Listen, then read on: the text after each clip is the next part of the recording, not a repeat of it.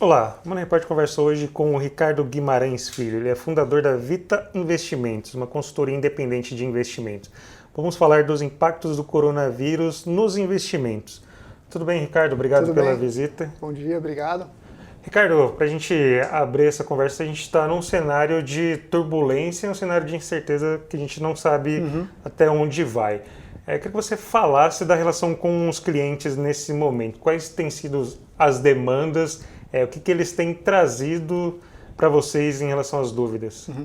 Normalmente, assim, os clientes que a gente conversa são clientes de longo prazo, né? Então, a dúvida da maioria dos clientes é o que fazer agora? Mexer nos meus investimentos, deixa como tá, aumenta o risco, aproveita essa queda da bolsa para comprar mais, aproveita a alta do dólar para vender dólar, né? Então, as questões são muito relativas a o que fazer nesse momento com a carteira de investimentos. E a gente tem falado muito para os clientes não fazer nada. Então, num cenário como a gente está vendo hoje, que é você tem pessoas em pânico vendendo, você tem pessoas querendo descobrir aonde isso vai parar comprando, então todo dia que a bolsa cai, vou comprar mais, todo dia que o dólar sobe, vou vender mais. E a história mostra que você nunca vai acertar o ponto certinho da virada, né? Então, a nossa recomendação é não fazer nada, continuar com o horizonte de longo prazo. O mercado vai se acalmar, a história mostra isso, né? Não vai cair para sempre sem fim.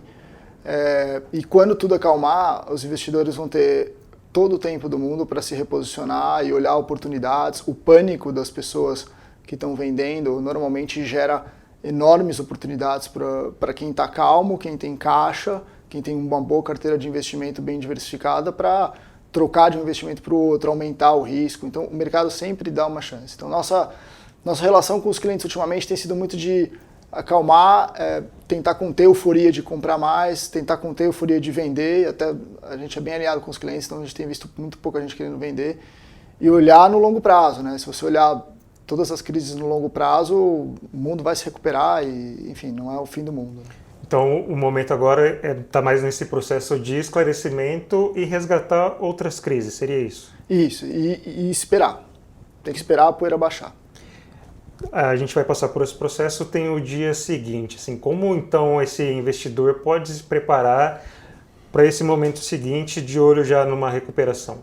Então, uma carteira de investimento que a gente considera diversificada, ela sempre anda com de 15% a 30%, 40% até 50% do dinheiro em CDI. Mesmo o CDI rendendo pouco, por que a gente deixa essa parcela? Para você poder usar em momentos de emergência e para você aproveitar oportunidades depois que o mercado se acalma. Então, depois que o mercado se acalmar, o dia seguinte de tudo isso, a ideia é que você use aquilo que você não tinha investido para fazer bons investimentos.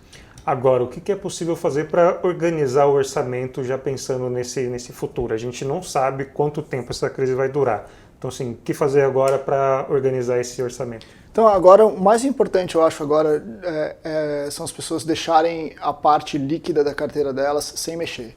Porque, como você bem disse, você não sabe o dia de amanhã. Então, talvez amanhã você precise do que a gente chama de reserva de emergência. Toda a carteira de investimento tem uma reserva de emergência. E talvez você precise dessa reserva de emergência nos próximos dias ou meses para o seu negócio, para a sua vida, enfim. Então, nesse momento, a melhor coisa a fazer é planeja a sua reserva de emergência para usar, porque talvez seja uma situação de emergência que você precise usar. Falando um pouco mais da Bolsa de Valores, algumas ações têm tido uma queda mais expressiva e possivelmente a recuperação vai ser muito mais demorada, falando especificamente de agências de turismo, companhias aéreas. Então, pode ser natural que o cliente queira retirar o dinheiro dessas ações. Tem algum investimento mais seguro para esse momento? Eu acho que o único investimento seguro agora é CDI. Mesmo o CDI baixo, talvez o Banco Central corte mais juros hoje, Porto Seguro é CDI. As pessoas às vezes investem naqueles fundos de renda fixa de crédito sem saber muito bem o que estão fazendo. O crédito tem um risco, obviamente ele é menor do que o da Bolsa, mas se você começar a ter um monte de inadimplência e de default que a gente chama, os fundos de crédito vão cair também, né? Então, às vezes a gente tem aquela falsa ilusão de que esse fundo de renda fixa que dá 103, 105 do CDI não tem risco? Tem risco. Então, nesse momento que tudo está louco, fora de preço, o mercado está disfuncional, tanto aqui quanto lá fora, é uma coisa global, o CDI é a única coisa segura que tem.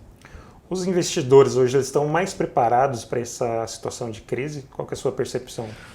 Eu acho assim, os investidores que vieram investidos desde 2017, 18, 19, com boas pessoas auxiliando, esses estão super bem preparados.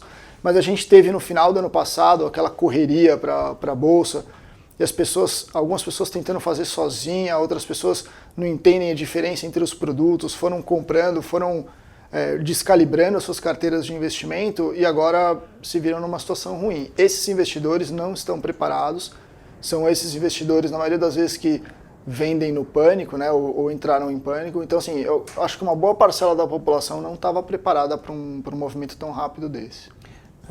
Pegando esse momento, que tipo de informação você acha que esse investidor precisa estar atento? O que ele tem que acompanhar no dia a dia para proteger esse patrimônio dele? Eu acho que o investidor tem que ler bastante, ler boas coisas, ler boas análises, ler pessoas experientes, né? A gente tem incentivado muito os nossos clientes a lerem gestores que já passaram por enormes crises e outras crises. Qual é a análise deles, qual é a visão deles? E deixar de lado um pouco aquele negócio do Instagram, do YouTube, do Twitter, que você não consegue nem entender o que é verdade, o que não é. Então, ler bons gestores, ler bons investidores, ver o que eles fazem, o que eles estão fazendo nesse momento, eu acho que é a melhor ferramenta para se informar. Essa crise reforça mais uma vez aquela ideia de que não tem dinheiro fácil, não tem aquela opção milagrosa que vai te dar dinheiro muito fácil. Investir é uma maratona, não é uma corrida. É uma maratona, não é uma corrida de 100 metros. É uma maratona de 42 quilômetros. Então, tem oscilações no meio, é super normal, vai acontecer. O investidor tem que estar só preparado. Porque todo mundo entra naquela... Quando o juro sai de 14 para 4,25, todo mundo entra em pânico com os seus rendimentos, né? E quer aumentar risco, E aí está sujeito ao que está acontecendo agora, né? Então, investir é uma maratona, não é uma corrida de 100 metros.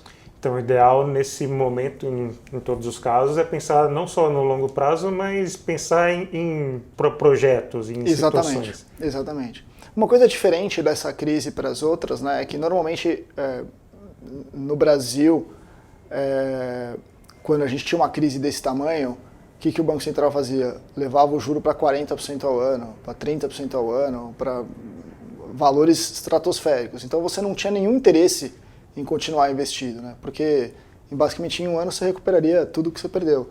Só que essa é uma crise diferente, né? Porque ela encontra um juro a 4,25 que vai cair ainda mais. Cair mais. Exatamente. Né? Então, assim, acho que o investidor brasileiro hoje ele está sentindo um pouco na pele o que o investidor americano, europeu, japonês já sente há 10, 20 anos, né? Que você tem que ter um portfólio de investimento, assim, não tem mais um milagre que o governo vai levar o juro para 40 e em um ano você vai recuperar o dinheiro de volta.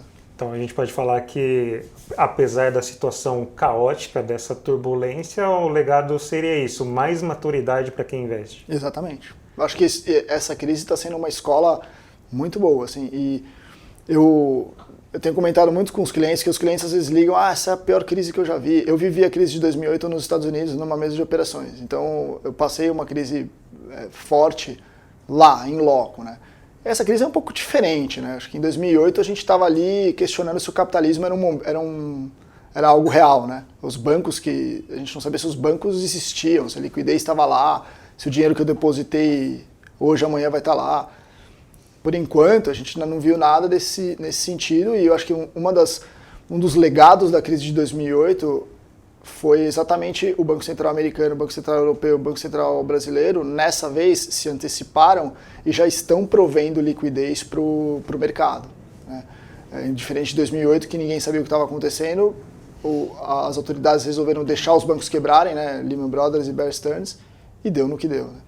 Então, os governos, bancos centrais estão dando esse suporte de que quando esse surto, essa pandemia passar, o mercado vai poder andar normalmente. Exato. O Banco Central americano e o Banco Central europeu e hoje o Banco Central inglês estão anunciando medidas para estabilizar todo o mercado de crédito, liquidez, já se antecipando aos problemas que estão acontecendo, né? Então, nesse momento, a nossa visão é de que um problema sistêmico financeiro a gente ainda não tem, e eu entendo que não vai ter, não tenho bola de cristal, mas eu acho que e a gente vai sair dessa crise com uma outra lição, né? Talvez uma lição na parte de saúde, né?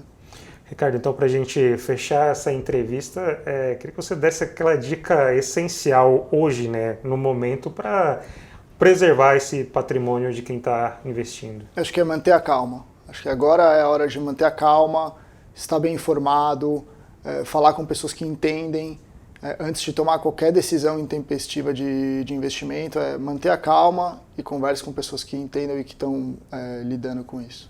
Ricardo, muito obrigado pela gentileza, esclarecer nossas dúvidas. Obrigado a você. O Money Report conversou hoje com o Ricardo Guimarães Filho, fundador da Vita Investimentos. Obrigado pela atenção e até a próxima. Obrigado.